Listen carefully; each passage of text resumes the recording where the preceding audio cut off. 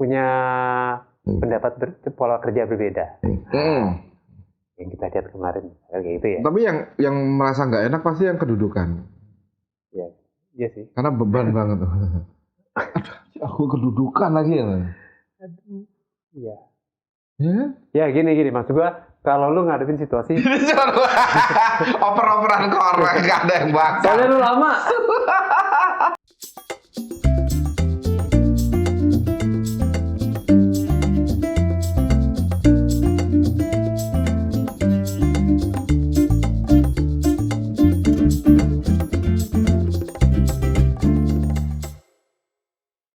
Oke, balik nyambung di channel ini.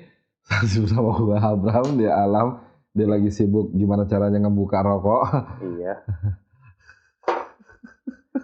Halo, gua Alam. Gimana? Ada cerita apa hari ini? Hah? Ada cerita apa? Gua dulu. Oh, langsung nyerangnya ke gue. Langsung nyerang. Ada kerusuhan di Jakarta Pusat. Oh iya, gua tadi baru aja gua katanya hari ini. Tapi per hari ini ya? Ya per hari ini itu nontonnya adalah nggak tahu. Apa tuh? Mendadak quick count hilang dari TV-TV. Tapi info ya, kita belum. Iya, ini. Salah satu stasiun itu masih ada. Iya, maksudnya ini info terbaru tadi pas gue keluar. Itu bokap telepon. Jangan mendekati istana. Lagi rame. Lagi rame. Ini nonton di TV katanya. Nonton berita di TV. Itu katanya. Itu info terbaru. Kan tadi nanya gimana? Ada info terbaru? Ya itu info terbaru.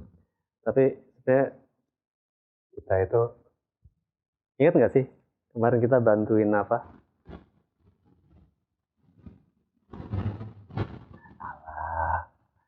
Iya. Tetangga masang apa namanya? Kanopi. Masang kanopi ke jaringan.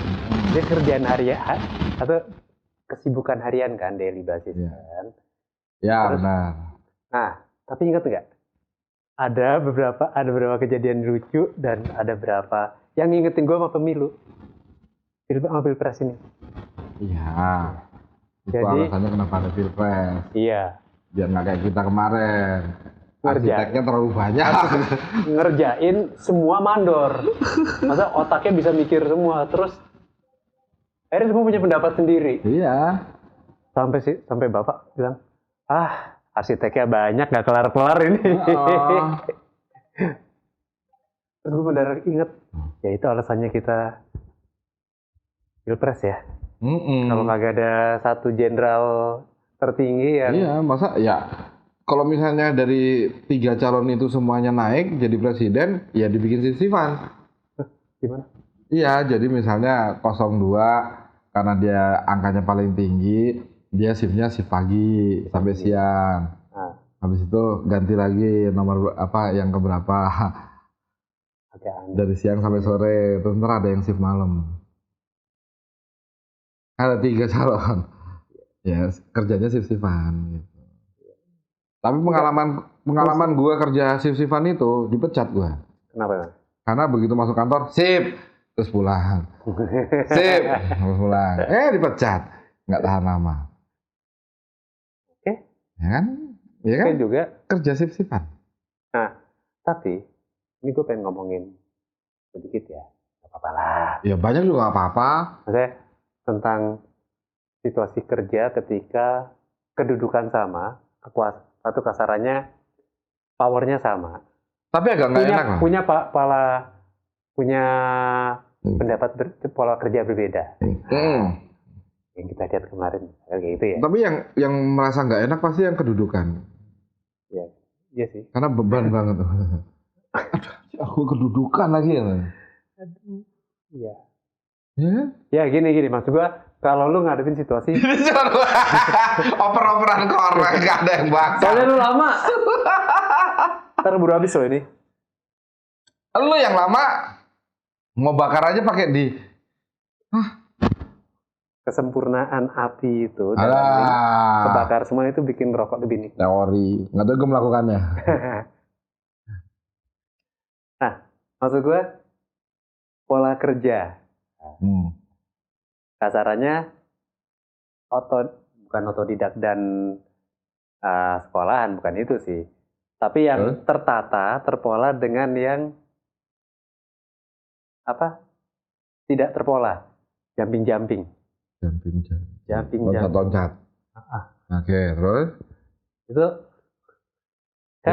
kan diajarin nama mbak lu tuh kayak gitu tuh kelakuannya sekarang. Iya juga. Dibuat nyundut ya.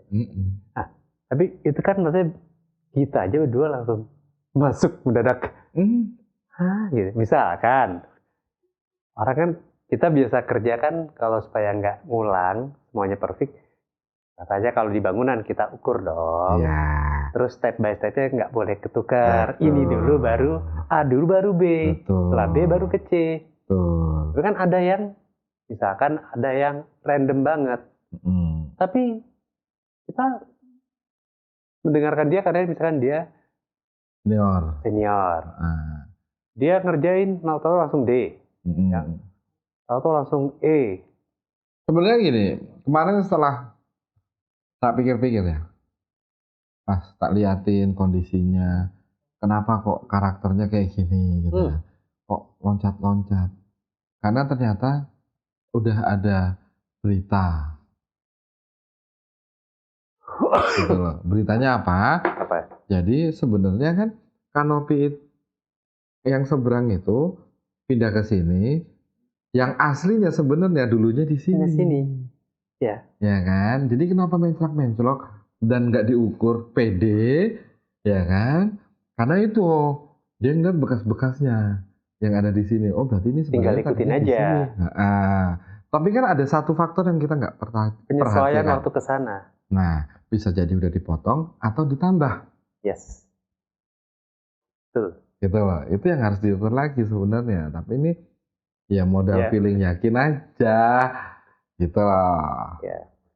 Tapi itu asumsiku itu. Kalau gue sih lebih mikirin gini, di faktor nyamannya bekerja dengan sesuatu yang terpola, runtut, atau sesuatu yang spontan.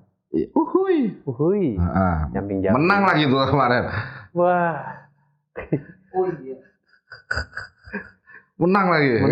Padahal nggak ada kampanyenya, nggak ada apa. Hari biasa.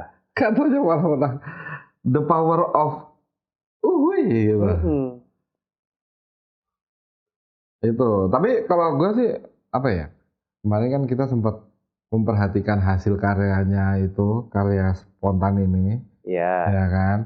Yang sudah jadi. Iya. Dan ternyata bentukannya seperti itu, gitu kan.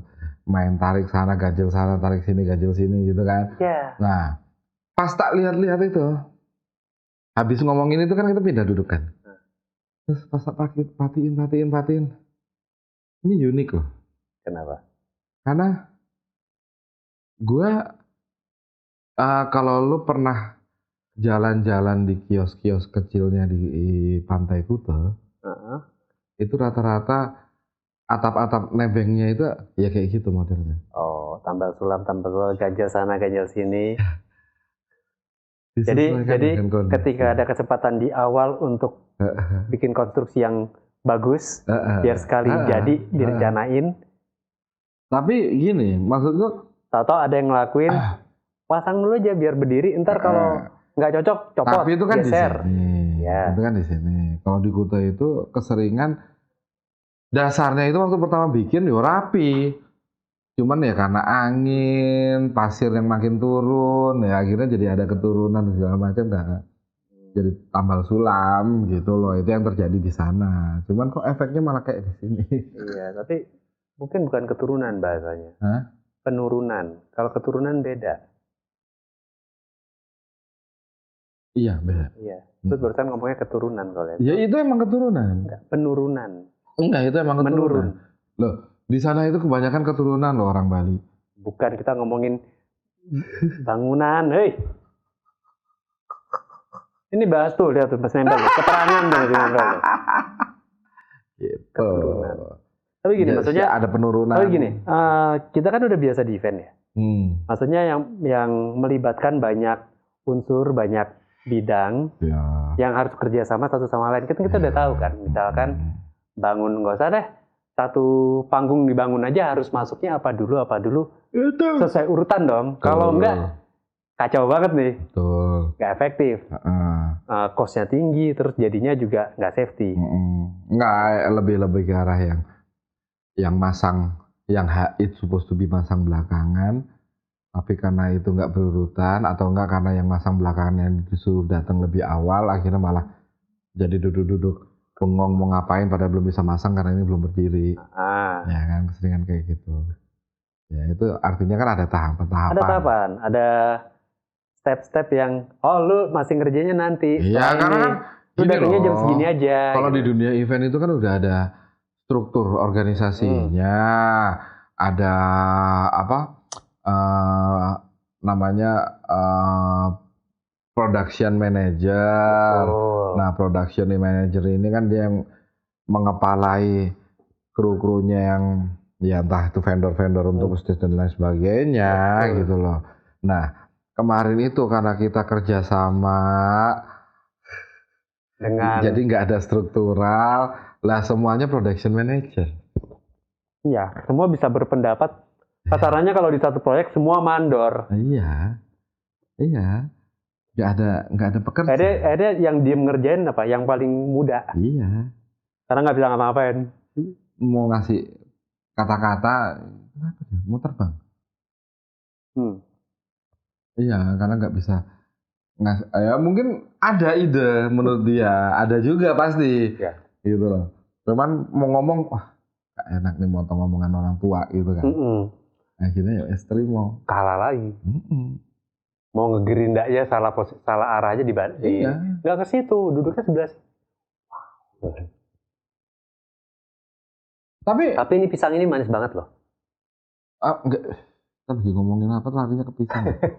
Enggak, soalnya gue tadi udah gigitan ketiga, manis banget. Enak. Gue udah habis 3 soalnya, jadi gue lama. Ya, emang cobain. Maksudnya, random banget ya. Maksudnya gue juga pernah dimarahin karena salah posisi menggunakan alat. Kamera ngadep, soalnya harus lu di depan kamera gitu. Iya. Ya emang lu salah posisi. Gitu loh. Ya maksudnya wajar. Kayak ngegerinda, ngegergaji. Lu salah posisi, kadang itu gergaji aja deh, gergaji tangan. Lu salah posisi lengan, lu akan lebih capek dibanding orang yang biasa. Dengan posisi lengan yang benar. Cara mengayunnya juga pas, jadinya nggak pegel. Gitu loh. Itu memang ada triknya gitu loh. Iya, kan gergaji itu kan kita bikin momentum kan sebenarnya. Iya. Supaya nggak capek itu momentumnya yang dijaga. Kalau nggak ngoyo banget, tenaga semua yang kepake. Dan startnya itu pun lo harus tahu caranya gimana. Di saat start lo udah salah, pasti akan susah gitu loh. Karena start lo udah salah gitu. Itu ada triknya sebenarnya. Kalau kayak gitu kan ya bisa diajarin, atau lu belajar dari yang capek dulu sampai akhirnya lu nemuin titik, oh ternyata ini lebih enteng. Apa katanya? Otomotif. Learning from your mistake. Trial error. Tuh, ada ya kayak gitu. Tapi sebenarnya kalau balik ke ini ya, kenapa gue bilang ini lucu nih. Kemarin kita garapnya lagi rame-rame, gotong royong, pasang kanopi, baru bajaringannya doang. Iya. Tapi itu kan udah berasa kayak pemilu kan di situ langsung. Wow, ini persis kayak pilpres yang sedang terjadi. Seru kan? Satu suara dua. Tapi seru kan? Seru banget.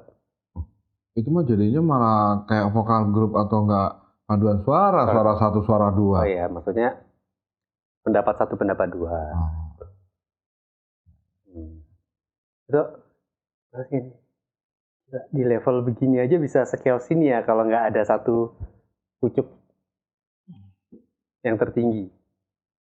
tanpa pimpinan utama. Jadinya chaos itu. Dan kalau menurut gua di situasi kemarin, even nih ada 2 orang tua yang kedudukannya sesama, sama kuatnya. Tapi yang bisa nengahin itu harusnya malah yang punya tempat. Harusnya dia yang bisa memutuskan supaya ini nggak jadi. Nah, tapi dia salah memposisikan. Kemarin memposisikan karena orang tua didengerin. Tapi masalahnya yang didengerin ada 2 pendapat. Iya. Harusnya dia naik. Lebih kayak ini loh. Si yang punya tempat ini karakternya itu nerimo. Tapi kemarin salah. Posisi nerima di situ salah. Iya. Karena bikin chaos. Memang. Tapi posisinya nerimo. Di satu sisi ini, di satu sisi itu. Iya. Gitu. Tapi kan gini, maksudnya dalam satu pekerjaan, pengambil keputusan tertinggi itu harus ada. Ya. Kalau ada 2 yang setara, iya kalau yang 2 setara ini bisa berembuk. Ini enggak kok. Sampai terakhir, ada satu yang setara ini malah duduk ngerokok aja. Karena udah malas. Kebanyakan arsitek. Keren. Lucu. Maksudnya emang gue langsung gini sih. Langsung gara-gara kemarin langsung kayak clear banget. Ya emang butuh sih. Maksudnya apalagi di level negara ya. Iya, butuh banget satu pemimpin yang bisa menentukan keputusan nih. Dan ini emang harus yang paling bijak nih. Memegang titik komando. Titik komando. Gitu. Jadi sebebas-bebasnya di bawah tetap ada satu orang yang megang gitu loh. Yang ngaturnya. Komandonya tetap ada di dia. Penting banget itu. Kalau enggak ya itu nggak kelar-kelar. Kerjaan sederhana gara-gara sibuk debatnya, keputusannya nggak jalan-jalan. Padahal kalau kemarin itu, kalau yang ada di otak aku ya, ukur ketinggian dulu, kuatin batangnya, baru naikin talangnya. Pastilah, di mana-mana gitu, konstruksi dari bawah. Tapi kan kenyataannya enggak, itu naik talang dulu. Iya. Makanya kan konstruksi dari bawah. Sebenarnya kan ngitung posisi dudukannya dulu. Oke, itu sekian, ini sekian. Gak usah jauh-jauh. Lo pasang genteng aja itu dari bawah loh, bukan dari tengah atas. Iya. Emang nggak boleh, nggak bisa. Iya. Struktur itu bangunnya dari bawah. Iya. Dari pondasi dulu, naik tembok, baru ke atasnya lagi. Itu kan udah kepasang rangka buat genteng. Gentengnya kan yang dipasangnya dari bawah dulu, baru naik sampai ke wuwungannya. Wuwungan. Iya. Ya iya, wuwungan kan? Iya. Gitu lah. Ya itu pentingnya apa tuh? Struktural, tahapan, maksudnya rencana, maksudnya hal-hal yang itu skill, pada akhirnya kan skill kan. Iya. Kalau di bypass dengan ya paling gampang gini deh, udah paling ada meteran, yang satu mau pakai meteran, ngukur supaya terukur. Tapi yang satu nggak mau pakai meteran. Ada yang sistemnya tuh kayak kemarin.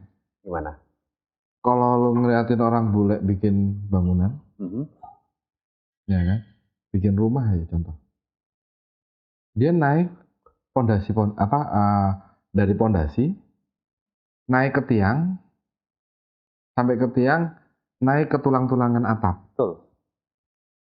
Struktur dasar kan? Iya, naik ke tulang-tulang atap, ya kan. Habis itu bisa jadi dia ngerjain atap dulu. Ya. Dindingnya belum. Benar. Alasannya kan udah tahu.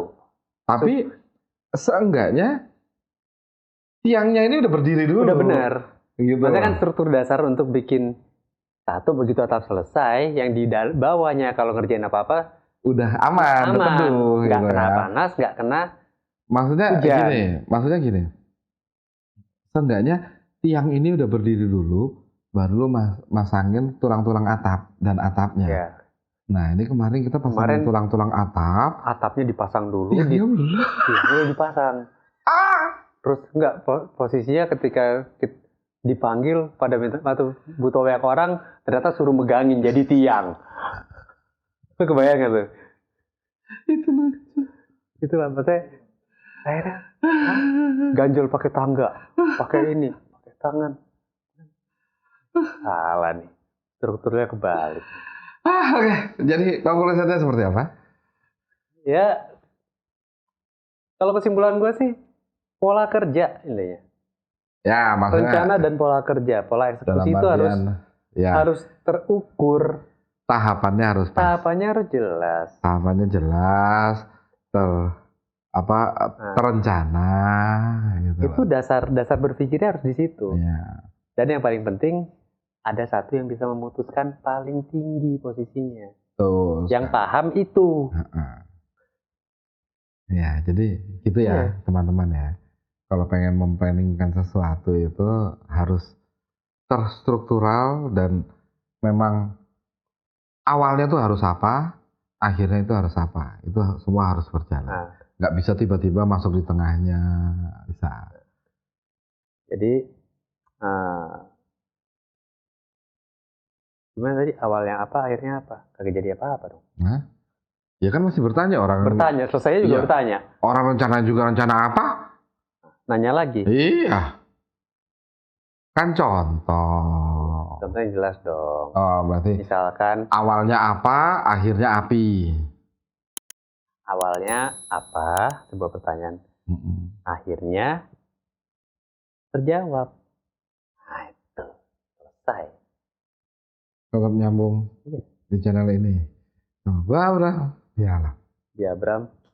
Ada Ino, ada Satrio, gua Alam.